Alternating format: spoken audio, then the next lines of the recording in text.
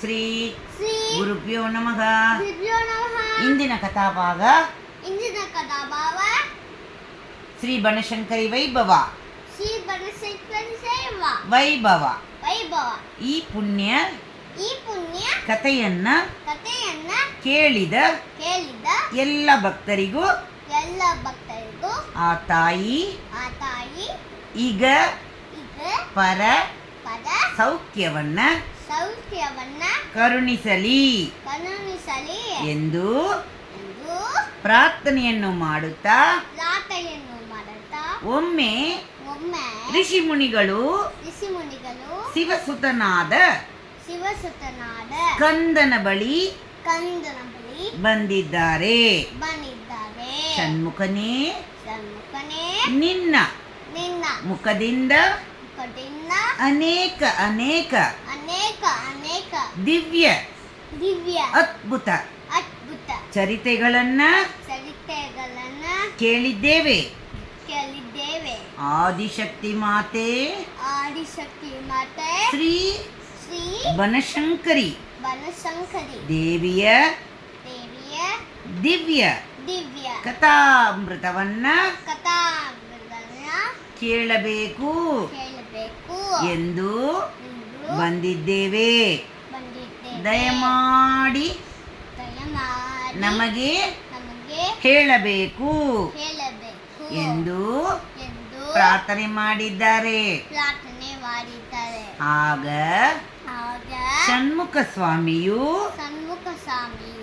ಪ್ರಸನ್ನ ವದನನಾಗಿ ಹಿಂದೆ ಮಹಾಶಿವನು ಪಾರ್ವತಿ ದೇವಿಗೆ ಹೇಳಿದ ಈ ಕಥಾಮೃತವನ್ನ ಹೇಳಲು ಪ್ರಾರಂಭ ಮಾಡಿದ್ದಾರೆ. ಒಮ್ಮೆ ಅಗಸ್ತ್ಯ ಋಷಿಮುನಿಗಳು ತನ್ನ ಪತ್ನಿ ಲೋಪಾಮುದ್ರೆ ಮತ್ತು ಇತರ ಶಿಷ್ಯರೊಂದಿಗೆ ಬರ್ತಾ ಇದ್ದಾರೆ. ಬರುತ್ತಿದ್ದ ಮಾರ್ಗದಲ್ಲಿ ಒಂದು ಪರ್ವತದ ಸನ್ನಿಹದಲ್ಲಿ ಸುದ್ಯುಮ್ನ ಎಂಬ ರಾಜ ಶ್ರೀಹರಿಯನ್ನ ಧ್ಯಾನ ಮಾಡುತ್ತಾ ಇದ್ದಾನೆ. ಅಗಸ್ತ್ಯ ಋಷಿಗಳು ನೋಡುತ್ತಾ ಇದ್ದಾರೆ. ಕಣ್ಣು ಮುಚ್ಚಿ ಕುಳಿತಿದ್ದಾನೆ ಸುದ್ಯುಮ್ನ ರಾಜ. ಅಗಸ್ತ್ಯರು ಕೂಗಿದರು, ಎಚ್ಚರವಿಲ್ಲ. ಶ್ರೀಹರಿಯ ದಿವ್ಯ ಚರಣ ಕಮಲಗಳಲ್ಲಿ ಅವನ ಚಿತ್ತ ಮತ್ತೊಮ್ಮೆ ಸುದ್ಯುಮ್ನ ಎಂದು ಕೂಗಿದರು. ಏನೋ ಕೇಳಲಿಲ್ಲ. ಕಣ್ಣು ಮುಚ್ಚಿ ಕುಳಿತಿದ್ದಾನೆ ರಾಜ. ಅಗಸ್ತ್ಯರಿಗೆ ಕೋಪ ಬಂದಿದೆ. ಶಿಷ್ಯರ ಕಡೆ ತಿರುಗಿ ಹೇಳ್ತಾ ಇದ್ದಾರೆ, ನೋಡಿ ನೋಡಿ ನೋಡಿ, ಇವನು ಸುಮ್ಮನೆ ಕಣ್ಣು ಮುಚ್ಚಿ ಕುಳಿತಿದ್ದಾನೆ. ಸಮುದ್ರವನ್ನೇ ಆಪೋಷಣೆ ತೆಗೆದುಕೊಂಡ ನನ್ನ ಮಹಿಮೆ ಇವನಿಗೆ ಗೊತ್ತಿಲ್ಲ. ನಮ್ಮನ್ನು ಆದರಿಸಿ ಸತ್ಕರಿಸಬೇಕು ಎಂದು ಇಲ್ಲದೆ ಉದಾಸೀನ ಮಾಡುತ್ತಾ ಕುಳಿತಿದ್ದಾನೆ. ಕೋಪದಿಂದ ಹೇಳ್ತಾ ಇದ್ದಾರೆ, ರಾಜ ಸುದ್ಯುಮ್ನ ತಪೋನಿಷ್ಠರಾದ ನಮ್ಮನ್ನು ಉಪಚರಿಸದೆ ಉಪೇಕ್ಷಿಸಿ ಮಧೋನ್ಮತ್ತನಾಗಿ ಕುಳಿತಿರುವ ನಿನಗೆ ಮದಗಜದ ಜನ್ಮವು ಬರಲಿ ಎಂದು ಶಾಪ ಕೊಟ್ಟಿದ್ದಾರೆ. ಸುದ್ಯುಮ್ನ ರಾಜ ಧ್ಯಾನದಿಂದ ಎಚ್ಚರಾದ ಕಾರಣವಿಲ್ಲದೆ ತನಗೆ ಶಾಪ ಕೊಟ್ಟ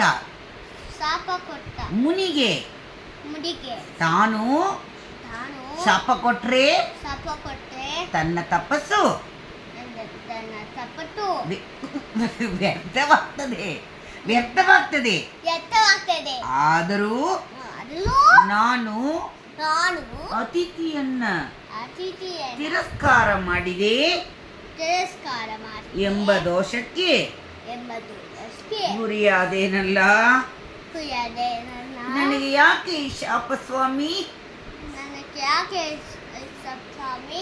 ಯಾಕೆ ಈ ಶಾಪ ಎಂದು ಧಾರಾಕಾರವಾಗಿ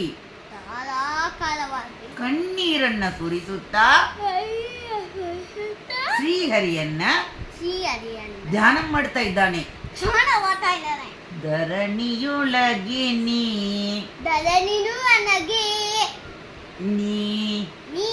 ಸುಜನರ ಸಲಗುವ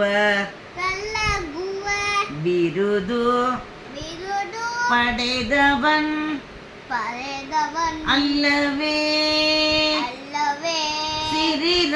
ಸಿರಿರಮಣನೆಯನ್ನ ಕರುಣದಿಂದಲಿ ಕಾಯೋ ಪರಮ ಪುರುಷ ಶ್ರೀ ಪುರಂದರ ವಿಠಲ ಹರಿ ನೀನೆ ಗತಿಯೆಂದು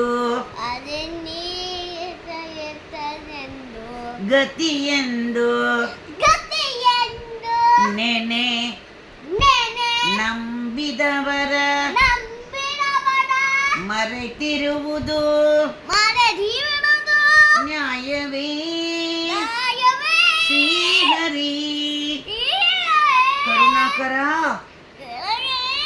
ಕರುಣಾಕರ ಭಕ್ತವತ್ಸಲ ಕೃಪಾನಿದೆ. ಯಾವ ತಪ್ಪಿಗಾಗಿ ನನಗೆ ಶಾಪ ಬಂತು?